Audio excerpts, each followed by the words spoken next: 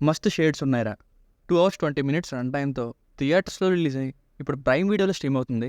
ఇక సినిమా చూసాక నాకైతే నా వరకు నచ్చిందండి. Pleasant, clean and enjoyable film. Second half కొంచెం స్లో అయింది అండ్ టైటిల్ కూడా ఇర్రిలెవెంట్‌గా అనిపించింది. ఈ టైటిల్ చూస్తే మాస్ మూవీ ఏమో అనుకుంటారు. కానీ నా వరకు ఓటీటీలో చూడడానికి మంచి సాటిస్ఫాక్షన్ ఇచ్చే స్టెప్ అనిపించింది ఈ మూవీ. ఎక్కడా ఓవర్ ద టాప్ అనిపించలేదు. ఫ్లెక్సీ ప్రింటింగ్ అనే మంచి పాయింట్‌ని తీసుకున్నారు. నేను ఓటీటీలో చూడడం వల్ల ఏమో మరి నాకైతే నచ్చింది. మీకెలా అనిపిస్తుందో తెలీదు. టైం పాస్ అయిపోయింది. ఫ్యామిలీతో చూడొచ్చా అంటే ఎస్ చూడొచ్చు. అడల్ట్ కంటెంట్ ఏం లేదు. క్లీన్ సినిమా ఇది. బేసిక్ స్టోరీ లైన్ ఏంటంటే మనోహర్ అలియాస్ హీరో అభినవ్ గోమటం గారు పెద్దయ్యాక పెయింటింగ్స్ అవి వేసుకుంటూ ఉంటారు.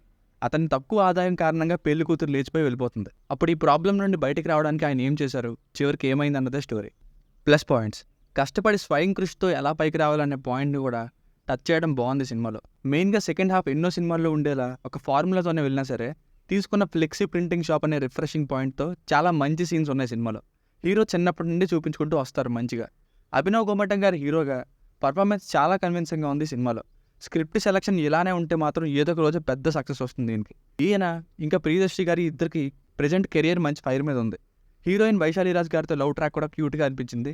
హీరో ఫ్రెండ్ రోల్లో చేసిన యాక్టర్ నిరల్ గారు, రవి గారు అండ్ అలీ రేజా గారు బోనస్ ఈ సినిమాకి. బీజిఎం అండ్ సాంగ్స్ బాగున్నాయి. సినిమాటోగ్రఫీ అంతేం రిచ్గా అనిపించలేదు, జస్ట్ ఓకేగా అనిపించింది. మైనస్ పాయింట్స్, సెకండ్ హాఫ్ కొంచెం డ్రాగ్ చేసినట్టు అనిపించింది. అందువల్ల ఎక్స్పెక్ట్ చేసేస్తాం చివరికి ఇలా అవుతున్నట్టు. అండ్ కొన్ని చోట్ల స్లో పేస్లో వెళ్తుంది, both in first half and second half also. ఇంకా కొన్ని సీన్స్ లాస్ట్లో వచ్చే ఎమోషన్స్ లాంటివి ఇంకొంచెం ఎఫెక్టివ్గా తీసుంటే ఇంకా బాగుంది అనిపించింది.